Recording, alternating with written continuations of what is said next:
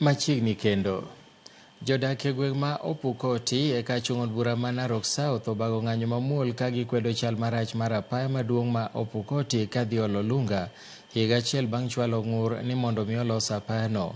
Kotelnegi kod jaduong' mar gweng'no William Olen Kumum, jodago kwayo piny owacho mondo manyie yore mamoko ma jopuonjre biro luwo e kinde ma koro gidokie sikul chakre wuok tich juma manyien.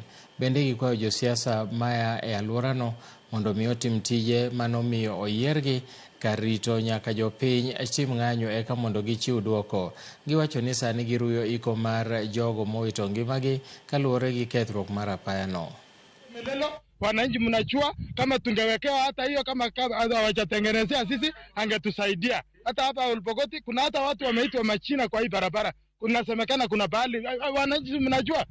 Kwa wapi? Si kwa Mahindi. Kwa Mahindi. Bahali lingine ni kwa nani? Kwa Chepkanga, wengine kwa Ngumu. Hakuna gari inapita hapa. Magari zingine zote zimekuwa diverted zipite pale Ormekenyu. Ingine inapita huko Mulot. Na nataka kuambia hivi serikali kuu na serikali ya kaunti, tafadhali mtujali. Maana hii barabara wakati ya campaign wengine walisema ni barabara ambayo shetani hapiti. Lakini kumbe sisi ndio shetani.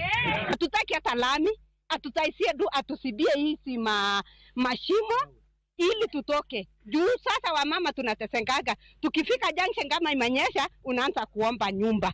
Ukiomba nyumba, mzaa sikubali kesho aseme uliomba nyumba kweli juu ya mvua. Utaitwa nini? Ulienda maneno yako. Tulipiga kura 100%. Kwanza hii kasenda hapa. Tunaomba viongozi tafadhali, mtuangalie. Msituache viwete.